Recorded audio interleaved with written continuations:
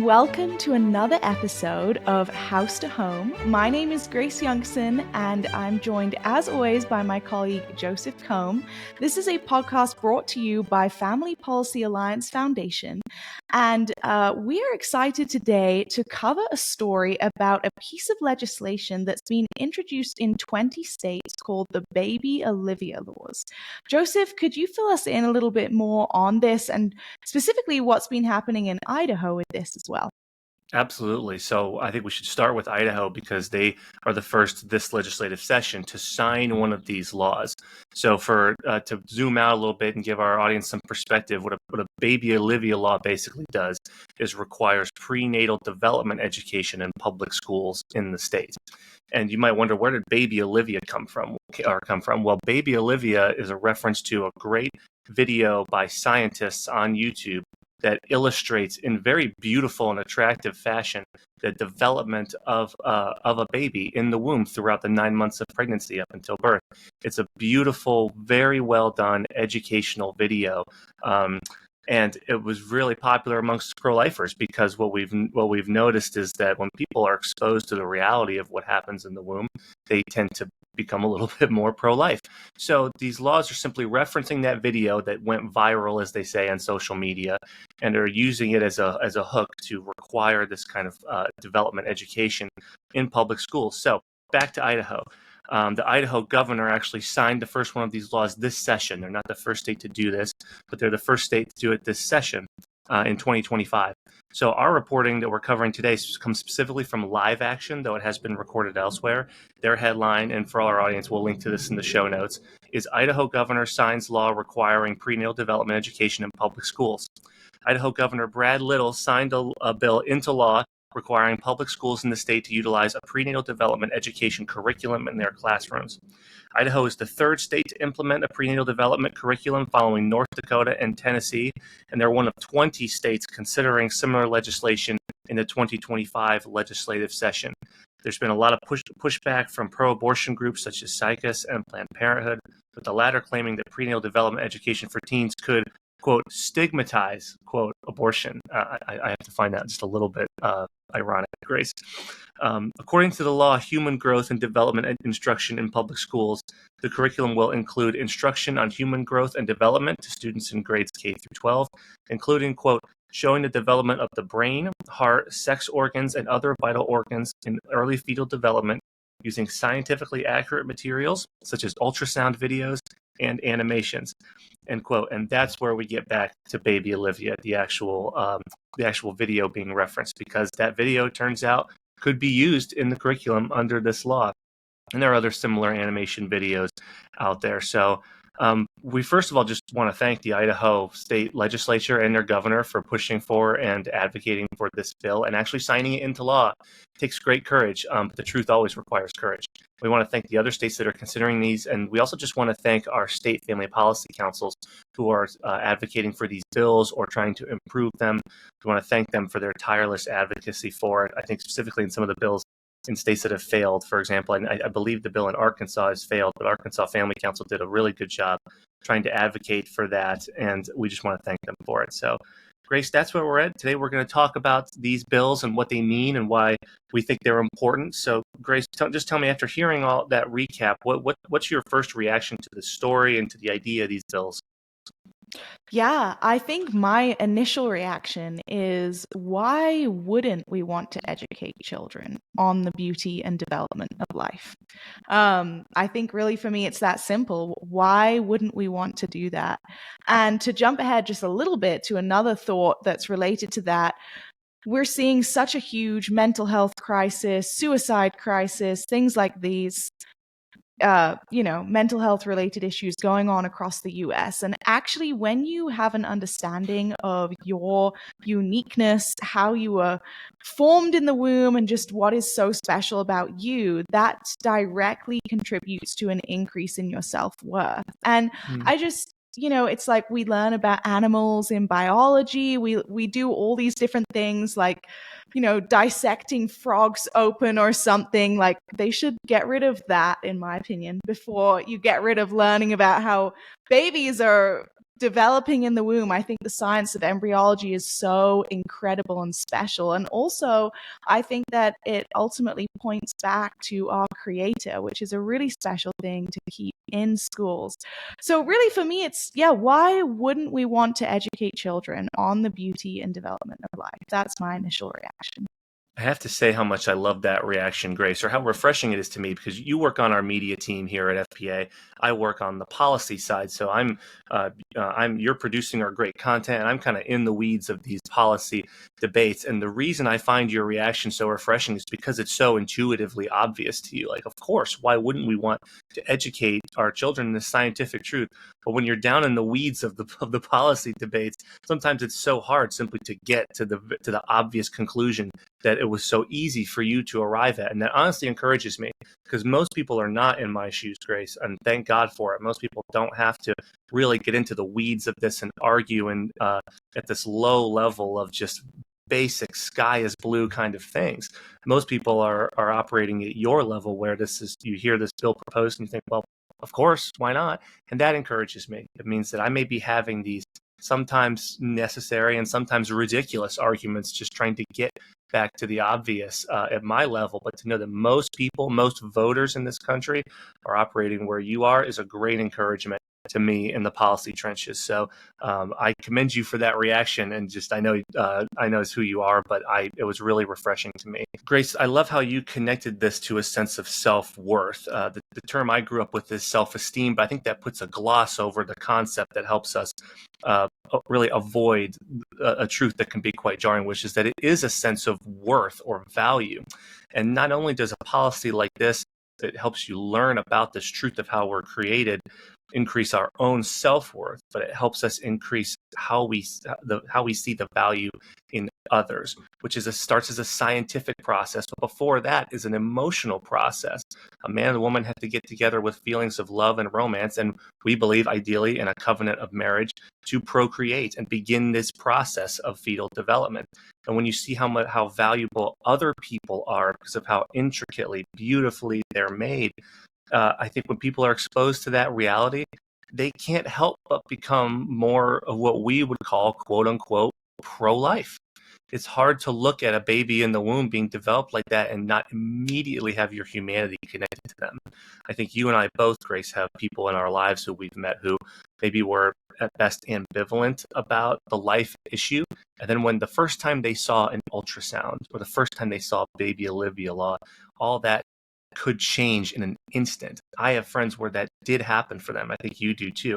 Doesn't mean that happened to everyone, but it does happen for some. And the more someone is exposed to it, the more likely it is to happen to them. We're trying to, through this policy, I think ultimately by learning about simple scientific truths, we're ending up increasing everyone's value for each other. And that's a really beautiful thing. So that was my initial reaction when I was first exposed to this policy earlier in this legislative session. Yes, I 100% agree. And I again, it's like, why would we hide the truth, and such a beautiful truth, from people and from kids?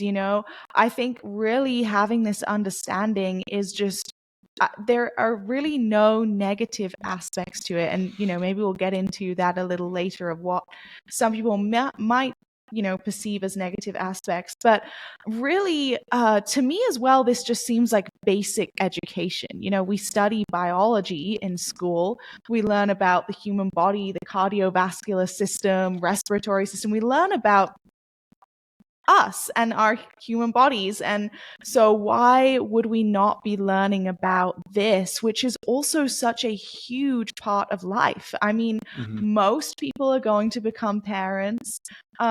Every single person was obviously a baby in their mother's womb. Like, this is so integral to life. Why would we not be talking about this?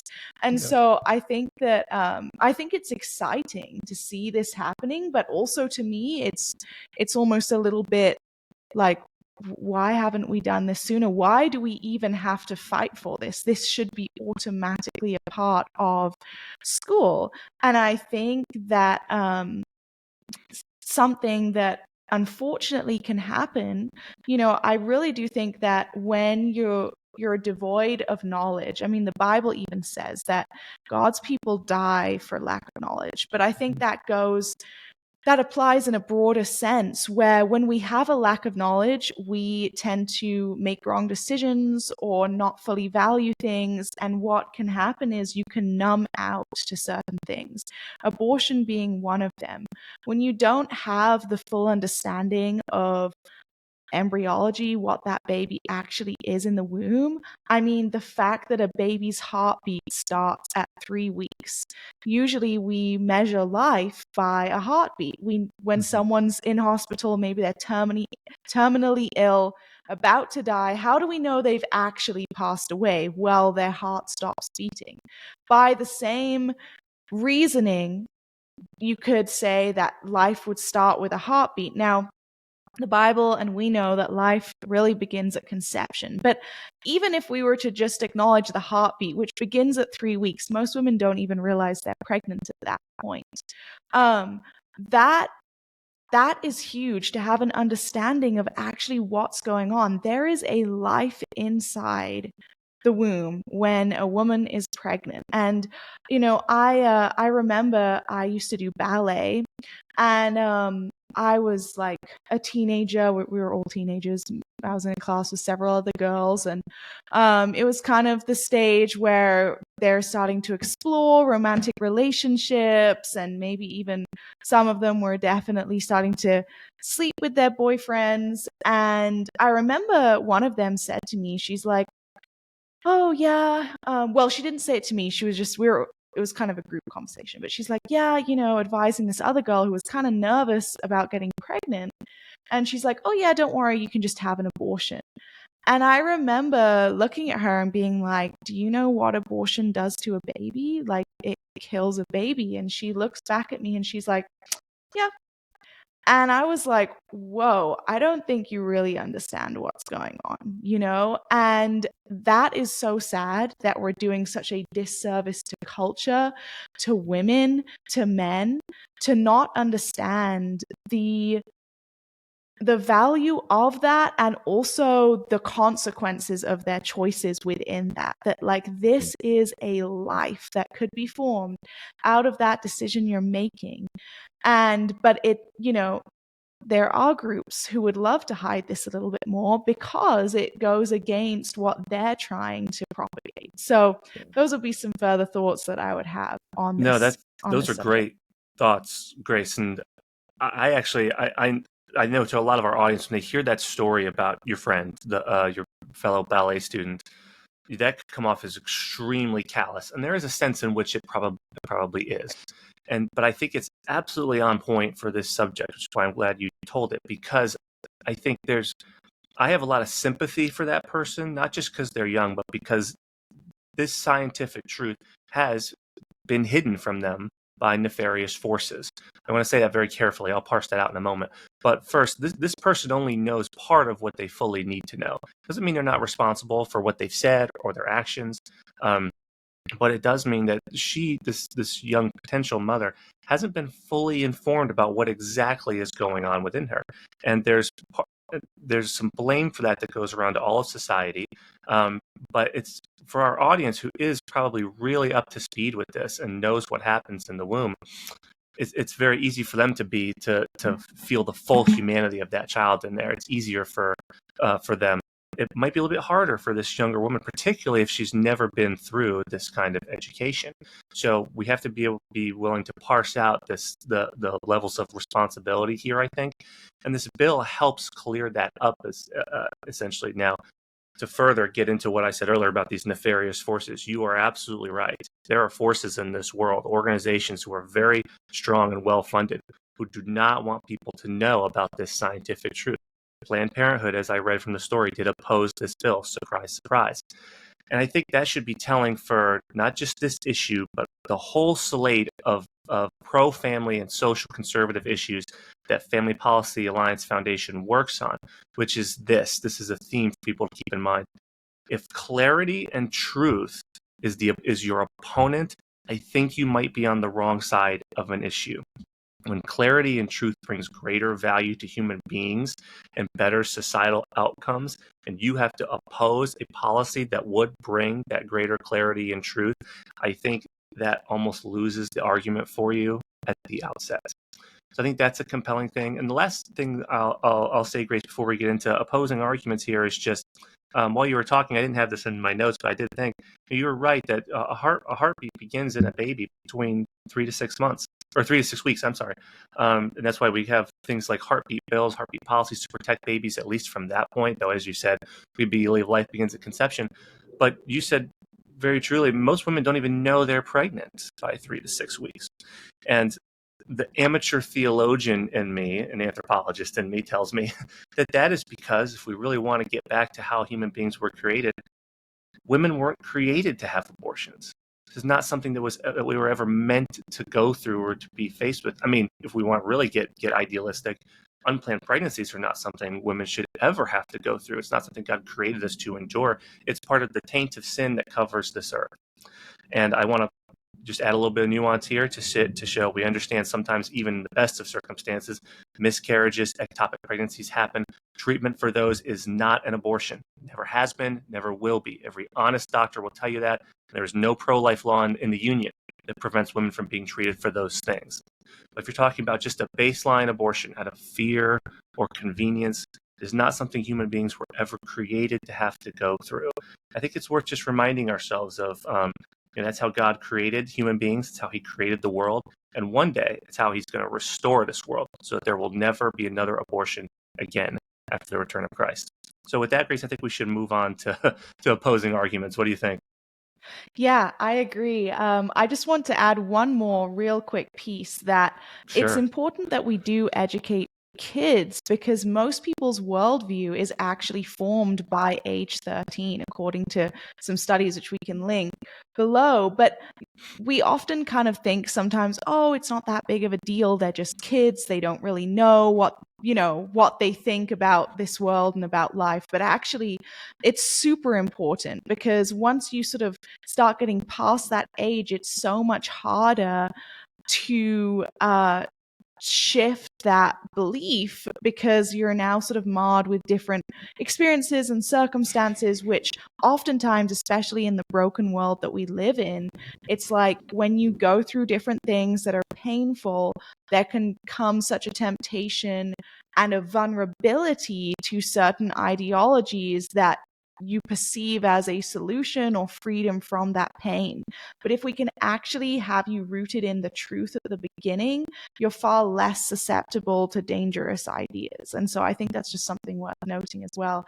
But that's yeah, great, that's Grace. definitely. I appreciate you adding that. That was worth adding. You are always so good at reminding us that most people's worldviews are formed by the time they're 13 years old. And it's true. The older you get, the harder it is to change. So I'm glad you added that. Thank you. Yeah, of course. Yeah, definitely we should get into, what are the opposing arguments against this? Would you outline that for us, Joseph? Sure, we've dealt with some of them already, so I won't take too long on it, but some of them are worth going over, especially because we have referenced this viral YouTube video called the Baby Olivia video, which we'll also link to in the show notes for our audience. We encourage you, if you haven't seen it, it's worth a watch. It's really well done. So a lot of the opposition that we've found to this bill is actually rehashed opposition to that video. So one of the classic opposition lines to that video was that it's actually inaccurate, that it's inaccurate scientifically and ethically. And then if that's true, they would say the state shouldn't be involved in pushing partisan messaging in an education system that's publicly funded by people with varying beliefs. Okay, those are your two main audiences or main arguments. So the first way I'd push back is just to say that the Baby Olivia video is backed robustly by science and by scientists. It was created with information by nonpartisan organizations. In fact, the main one is the Endowment for Human Development, or EHD. And it was also approved by this very diverse panel of medical experts. So It's not some piece of pro-life propaganda like you'll hear about. Yes, I agree. And, teaching biological facts like the development of an embryo isn't partisan. Like all scientific fact, it is morally neutral. And it's really interesting because we kind of follow the science or whatever, but it sometimes seems to be only in certain situations that certain people want us to follow it or listen to it. But this is about scientific fact. It's not about ideology. The video is not, I've seen the video. It's not ideological in its presentation. It's just simply scientific. No, I completely agree. As we're fond of saying, Grace, it's biology, not bigotry. So that's well said. I want to thank our audience for joining us for this important conversation. We think about this piece of policy. We do at FPA believe that Baby Olivia laws and this kind of education is the future of the pro-life movement long term. In a post-Roe world, in a world where the Dobbs v. Jackson decision is controlling Supreme Court precedent now, we think education in embryology is going to be the long-term solution to restoring a culture of life in America and to get to a point where abortion is unthinkable. So thank you to our audience for listening to this episode of House to Home, which is a podcast by Family Policy Alliance Foundation. I've been Joseph Kohm, as always, alongside Grace Youngson. We're here every week at House to Home. You can find the latest episode everywhere you get your podcasts, and please connect with us and FPAF on social media. Our social media handles will be in the show notes. If you like our show, feel free to leave us a 5-star review and some good comments. We appreciate you, and we will see you next week.